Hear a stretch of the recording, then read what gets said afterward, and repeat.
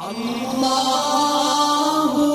அல்லாஹு அல்லாஹ்.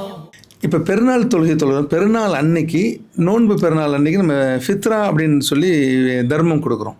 இப்போ இந்த ஃபித்ரா கொடுக்கறதுக்கான காரணம் என்ன? அந்த ஃபித்ரா அப்படின்றதுக்கான பெயர் எந்த அடிப்படையில் அது வந்தது? அந்த ஃபித்ரா கொடுக்கறதுக்கான நோக்கம் என்ன? எதுக்காக வேண்டி இந்த ஃபித்ரா கொடுக்கணுங்கிற அந்த அமைப்பு வந்துச்சு? ஃபித்ரா தர்மம் இது ஹிஜ்ரி 2ஆம் ஆண்டு ஷாபான் மாதத்தில் தான் கடமையாக்கப்பட்டது. இது ஏன் ஃபித்ரா தர்மம்னு இதுக்கு சொல்கிறோம் அப்படின்னு கேட்டால், ஃபித்ர் என்றாலே நோன்பு விடுவதுன்னு அர்த்தம். இஃப்தார்லாம் அதில் வந்தே தான் துறத்தில் நோன்பு வச்சு விடுறோம் அல்லவா, அது. இது ஒரு நாள் நோன்பை விடுறதுக்கு நம்ம இஃப்தாருங்கிறோம். ஒரு மாதத்து நோன்பு வச்சு விடுறதுக்கு அந்த ஃபித்ருங்கிற வார்த்தையை யூஸ் பண்ணுறோம்.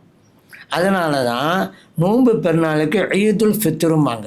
நோன்பு வச்சு விட்டுட்டு பெருநாள் கொண்டாடுறோம். ஃபித்ர் என்றாலும் நோன்பை விடுவது தானே. இஃப்தார்ண்டா அந்த பகல் வைத்து நோன்பை விடுறது. ஆனால் ஃபித்ருங்கிறது ஒரு மாதம். ஆனால் ரெண்டுக்கும் அந்த அர்த்தத்தை சொல்லலாம். நாம் யூஸ் பண்ணுற வச்சு தான் சொல்கிறேன். அதனால் நம்ம ஒரு நாள் பகல் நோன்பை விடுறதுக்கும் ஃபித்ருங்கிற வார்த்தை யூஸ் பண்ணலாம். ஆனால் இங்கே ஈதுல் ஃபித்ர், ஃபித்ருடைய பெருநாள் அப்படி நம்ம சொல்கிறது. ஒரு மாத காலம் நோன்பு வைத்து அதை விட்டு விட்டு பெருநாள் கொண்டாடுகிறோம். ஃபித்ர் என்றால் நோன்பை விடுவது தானே. அதனால தான் அந்த பெருநாள் என்று வழங்குகின்ற அந்த தர்மத்திற்கு சதகத்துல் ஃபித்ர்.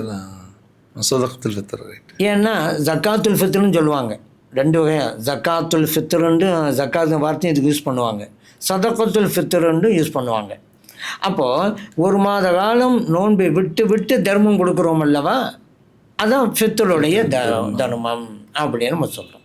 இதுதான் காரணம். ஃபித்ரா அப்படின்னு நடைமுறையில் ஃபித்ராமாங்க. அதன் அடிப்படையில் தான் நம்ம சொல்லிக்கிட்டு இருக்கோம் அப்படிங்கிறத நம்ம புரியணும். இது நோக்கம் என்ன அப்படின்னு சொன்னால், இப்னு அப்பாஸ் ரலியல்லாஹு சொல்கிறாங்க. நபி ஸல்லல்லாஹு அலைஹி வஸல்லம் அவர்கள் சொன்ன ஒரு ஹதீஸை வச்சு நபி ஸல்லல்லாஹு அலைஹி வஸல்லம் அவர்கள் ஃபித்ரா தர்மத்தை கடமையாக்கினார்கள். காரணம் என்ன? ரெண்டு சொல்கிறாங்க.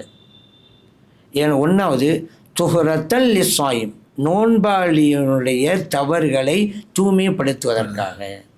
ரெண்டாவது துஅமத்தல் லில் மசாக்கின், ஏழை எளிய மக்களுக்கு அது உணவாக பயன்பட வேண்டும் என்பதற்காக. அபூ தாலிப் பதிவு செய்யப்பட்ட ஹதீஸ். இந்த ரெண்டு தான் நம்ம காரணம்னு தெரிஞ்சு போச்சு. நோன்பாளி ஒரு மாத காலம் நோன்பு வைக்கிறார். சட்டத்திட்டங்களெல்லாம் பேணத்தான் செய்கிறாரு. ஆனால் இவரையும் அறியாமல் தவறான பார்வை, தவறான பேச்சு. ஆனால் தவறான பேச்சு தான் ஹஜ்ஜில் வருது. தவறான பேச்சுக்கள் பேசியிருக்கலாம், மற்றவருடைய உள்ளம் புண்படுற மாதிரி பேசியிருக்கலாம். அப்போ அது குறை தானே. அந்த குறைகளை அகற்ற வேண்டும் என்பதற்காகத்தான் இந்த தர்மம். ஏழை எளிய மக்களுக்கு நீங்கள் உணவு கொடுங்க, அது மூலம் நீங்கள் செய்த அந்த தவறுக்கு பிராயச்சித்தமாக இதை ஆக்கிக் கொள்ளுங்க அப்படிங்கிற அடிப்படையிலே தான் இது அமைக்கப்பட்டது. அதனால தான் இமாம்கள் இது இந்த ஃபித்ரா தர்மத்துக்கு ஒரு உதாரணம் ஒன்று சொல்லுவாங்க. தொழுகையில் சஜிதா சவு மாதிரி அப்படிம்பாங்க. தொழுகையில் ஏதாவது குறை வந்துருச்சு, அதை நிவர்த்தி பண்ணுறதுக்கு சஜிதா செய்கிறோம்ல, 2 சஜிதா, அந்த மாதிரி தான் ஃபித்ரா தர்மம். இது நோன்புல ஏற்பட்ட தவிர சரி செய்வதற்காக உள்ளது அப்படின்னு இமாம்கள் விளக்கம் தருவாங்க. இதுதான் நோக்கம் அப்படிங்கிறத நம்ம புரிஞ்சுக்கலாம்.